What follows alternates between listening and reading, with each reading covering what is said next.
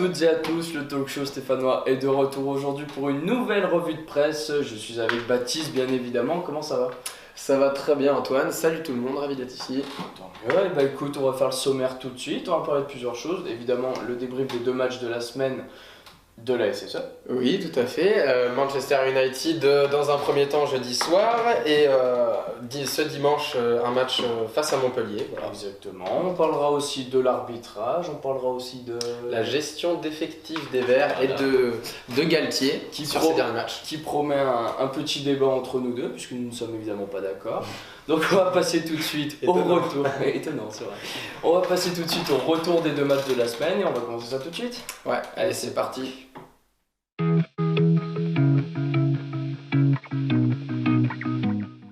Donc mon cher Antoine, qu'as-tu pensé d'abord du match face à Manchester United? Eh ben Manchester ont fait un match extrêmement bon, notamment en première période. Après on s'écroule physiquement en deuxième.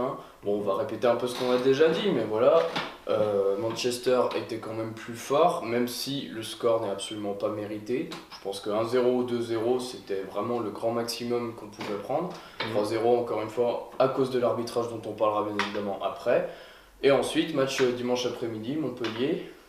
Ouais, bah là aussi, on a un constat à peu près pareil que United, mais même accentué, c'est-à-dire que je pense que le match de Ligue Europa a relativement ruiné et fatigué les organismes des Verts. Donc on a eu une première mi-temps qui commence plutôt sympathiquement, un but très joli de Monet Paquet. Puis on tient physiquement. Donc voilà, les Verts qui semblent assez motivés, sauf que bon... 40 minutes derrière, en fin de première période, on commençait déjà un peu à tirer la langue. CV l'a même déclaré au retour de la première mi-temps. Derrière, deuxième mi-temps, les Verts ils étaient carrément cramés, quoi, on va pas se mentir. Et puis du coup Montpellier qui s'est plutôt pas mal joué au ballon, a forcément marqué 2 buts. Et puis voilà, leur victoire elle est méritée, ils ont été bons. Mais c'est vrai qu'une équipe de Saint-Etienne en forme aurait peut-être été beaucoup plus intéressante à voir jouer. Ouais, pas de défaite traumatisante en tout cas face à Montpellier. Manchester, donc forcément on parlera du match retour, voir si on a peut-être des chances de se qualifier. En attendant, on va peut-être passer à l'arbitrage, n'est-ce pas? Bah ouais, je pense qu'il y a pas mal de choses à dire. Là, il y a matière à parler. Il y a matière à parler, on va faire ça tout de suite. Bougez pas.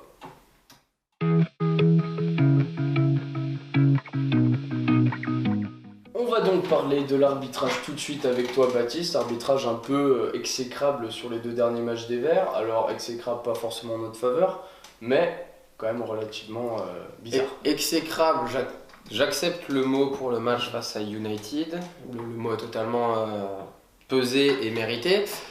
Sur le match de Montpellier, j'irais pas dire qu'il était exécrable, mais c'est vrai que il y a eu quelque chose il y a eu un carton rouge distribué facilement. Bon, j'ai commencé par United. C'est vrai que sur le match face à United, on se prend 3-0. Sur les 3 buts, il y en a 2 qui sont pour l'arbitre. Voilà, le premier coup franc, semble-t-il, la faute est très très douteuse sur Ibrahimovic. Il n'y a pas de faute. Voilà. Il y a même faute sur Vertu. T'es plus radical que moi. Bah non, là par contre. Voilà, bon après le coup franc est transformé avec la réussite, ça on n'y peut rien. Et le penalty à la fin de match, toujours du même géant suédois. Géant par la taille, par le talent aussi des fois, mais en tout cas son attitude n'a pas été géante face à Saint-Etienne. Elle a même été déplorable, je trouve. Voilà, un penalty, enfin une simulation, un penalty accordé, un penalty transformé, triplé un peu donné par l'arbitre. Voilà, donc. On va peut-être parler de Montpellier, parce que ça on l'a déjà dit. Oui, voilà. En soi, on a un arbitre totalement dégueu sur. Et face à Montpellier, l'arbitre a pas été horrible, on va pas dire ça. Je pense que non, il a pas été horrible. Il a quand même géré le match. Il y a quand même 2 décisions arbitrales, une en notre défaveur et l'autre en la défaveur de Montpellier, qui sont très très contestables. Le deuxième carton jaune de Jorginho. Peut être évitable, un avertissement peut suffire. Un avertissement verbal, oui, je peux concevoir que ça puisse en rester là. Le jaune, il peut être mis, mais c'était vraiment si l'attitude du joueur sur tout le match avait été dégueulasse. Voilà, et puis c'est pas Jorginho, sur les 3 matchs qu'il a montré, c'est pas celui qui va contester les décisions arbitrales, etc. Ouais, et puis il a plus tendance à se faire bouger qu'à bouger les autres. Et après, la deuxième, c'est sur un retour encore monstrueux de Malcuit en toute fin de match, où il y a, semble-t-il, pénalty sur le Montpellier 1. Et donc, pénalty, ça serait carton rouge, hein, parce que Dernier défenseur, annulation d'une occasion de but. Ouais, c'est ça. Donc, du coup, là, l'arbitre qui ne siffle pas. Alors, peut-être par compensation. Ouais, Je sais pas, mais en tout cas, là, le pénalty n'aurait pas été scandaleux pour le coup. Tout à fait, ouais. Tu parles de penalty d'ailleurs. Il me semble que sur le match des United, il y a un contact plutôt similaire, voire même plus franc entre Blint et Jorginho, il me semble, qui n'est pas vu par l'arbitre, qui était pourtant bien placé sur l'action. Je vois l'action, non. Pas pour moi, en tout cas. Là, il y a matière à débat. Non, il n'y a pas pénalty parce qu'en soi, Blint, en fait, c'est Jorginho qui dribble, qui met Blint plus ou moins à terre. Donc là, jusque-là, rien.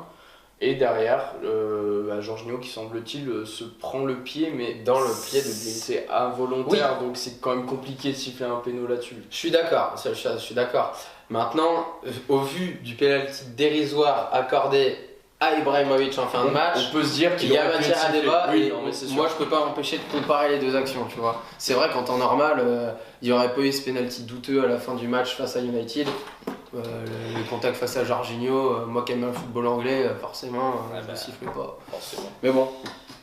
Deux poids, deux mesures. Voilà, il faut s'adapter. La proportionnalité. Voilà.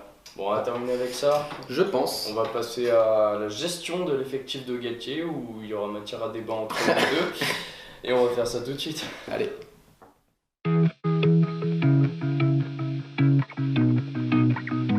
Donc alors, mon cher Antoine, peux-tu nous parler de la gestion d'effectifs de notre cher et tendre coach Christophe Galtier? Voilà, donc c'est un débat un peu à mon initiative, mais pour moi, j'ai trouvé un peu dommage que Galtier ne fasse pas plus tourner sur le match face à Montpellier. Je m'explique. Le match de Manchester a eu lieu jeudi soir, ça fait jusqu'à dimanche, il y a eu 2 jours de repos environ. Ça fait quand même très très peu, surtout que le match à Manchester a été une débauche d'énergie très très importante. À l'image de Pogba qui finit avec des crampes. Pogba qui finit avec des crampes. Et on se retrouve à Montpellier avec seulement 3 joueurs qui n'ont pas joué face à Manchester, Selnaes, Nolan Roux et Léo Lacroix. Nolan Roux est rentré. Oui, enfin, il n'a pas joué. Bref. Enfin, ouais. Stop. Pas sur Nolan Roux. Donc ça fait quand même un peu trop faible, c'est trop peu pour moi, sachant qu'en plus c'est la principale raison je pense de notre défaite, c'est le fait que les joueurs étaient cramés. Donc si on part du principe que la Ligue Europa, même si nous on a encore envie d'y croire, et je pense que vous aussi, on peut encore se qualifier, la priorité reste quand même le championnat au vu du résultat de jeudi, et si la priorité est le championnat, Galtier ne doit pas mettre une équipe cramée sur le terrain qui ne peut pas faire les efforts nécessaires pour une bonne victoire. Donc, je regrette cette gestion de l'effectif. Mais Baptiste n'est pas d'accord, donc Baptiste va étayer son point de vue. Non, alors je suis pas fermement opposé à ce que tu dis, parce qu'il y a beaucoup de choses qui sont compréhensibles et beaucoup de choses qui sont vraies. C'est vrai qu'on a un effectif qui est très fatigué contre Montpellier à cause du match et du déplacement à United. Maintenant, dans la réflexion de Galtier, je pense que il est relativement réaliste sur l'issue de ces 16e de finale de Ligue Europa. C'est 16e, hein, je me suis pas trompé. Tu t'es pas trompé. C'est vrai qu'on fait le 16e tour maintenant. Donc ouais, 16e de finale qui sont quand même plutôt mal embarqués. Hein, 3-0 à l'aller, je pense pas que les Verts vont réussir à se qualifier, même si j'irai au stade pour me tuer la voix. Pour le plaisir. Mais voilà, pourquoi il a mis une équipe fatiguée face à Montpellier? C'est tout simplement parce que c'est censé être l'équipe type, c'est l'équipe qui met le plus souvent pour gagner, et je pense que Galtier maintenant, vu que l'issue de la Ligue Europa est très certainement défavorable, le championnat est donc le seul tableau sur lequel on doit encore bien se positionner, et du coup une équipe première s'explique pour faire un résultat. Maintenant, l'équipe première était fatiguée, oui. D'accord, mais après je pense aussi que les joueurs ont donné leur accord à Galtier pour jouer, ils ont pris leurs responsabilités, ils ont été le voir, je pense qu'il y a eu un échange entre joueurs et coach, de manière à garantir un espoir, une vraie efficacité de l'équipe alignée. Voilà. Ça reste quand même une erreur du coup, si certainement comme ça s'est passé, il y a eu échange entre les joueurs et le coach, ça reste une erreur d'appréciation, une erreur de Galtier pour moi. Parce que pourquoi pas faire rentrer 2 ou 3 jeunes de plus titulaires, quitte à les remplacer à la 60e, afin de cette fois-ci faire rentrer les cadres et pourquoi pas finir un match qui aurait pu potentiellement être mal embarqué. Voilà, moi c'est ça que je regrette un peu. Parce Ouais, que mais franchement, ça s'est vu quoi sur le Qui terrain. dit qu'on fait un résultat avec les jeunes, un Nordin, un Rocha. Regarde, on a vu Jorginho qui s'est beaucoup fait bouger Ouais, mais lui aussi il était cramé, hein, je rappelle. face à Montpellier. Voilà, je veux dire, les jeunes Nordin, Rocha ou même Keita, peut-être que ça aurait été exactement le même style de jeu et qu'ils se seraient fait bouger, qu'ils n'auraient pas pesé sur la rencontre. Ou pas, mais on en sait Ou rien. pas, après oui, voilà. On n'en sait rien, mais moi j'aurais pris à la limite ce risque, quitte à justement faire des ajustements derrière, faire rentrer des cadres afin de rehausser le niveau de la rencontre. Maintenant, voilà, moi je trouve ça dommage. Après, c'est Galtier qui gère, hein. Certainement, s'il a fait ça, je pense qu'il avait une bonne raison de le Je faire. pense qu'il a vraiment été demandé à Oui, ses joueurs cadres des CV, des Vertou, des Ruffier, bon Ruffier, Ouais. forcément. Mais même des Roux, des Monet Paquet, je pense qu'il a été les voir et qu'il leur a dit, qu'il leur a réellement demandé s'ils se sentaient capables de jouer. Après, ils ont peut-être fait une erreur d'appréciation eux-mêmes Je pense. sur leur état de fatigue. Si c'est Peut-être le cas, il y a un excès de motivation. Dans ce cas, c'est plutôt positif aussi d'un côté. S'ils veulent jouer, ça veut dire qu'ils ont faim. je suis d'accord. Mais bon, faut aussi que les joueurs prennent leurs responsabilités. Je pense qu'ils ont pris leurs responsabilités. Galtier a fait en fonction de leur avis. Maintenant, bon, c'est pas un pari qui a Au marché. final, ça fait des fêtes. Ouais. C'est Ça qui- fait des fêtes. c'est ça qui Après, m'embête. est-ce qu'il y aurait eu des fêtes ou pas avec des jeunes? Ça, on pourra pas le dire. On peut pas le dire. Peut-être que oui, peut-être que non. Mais franchement, j'aurais eu moins de déception sur cette défaite si Galtier aurait fait le pari sur les jeunes et peut-être en titularisant 2 ou 3.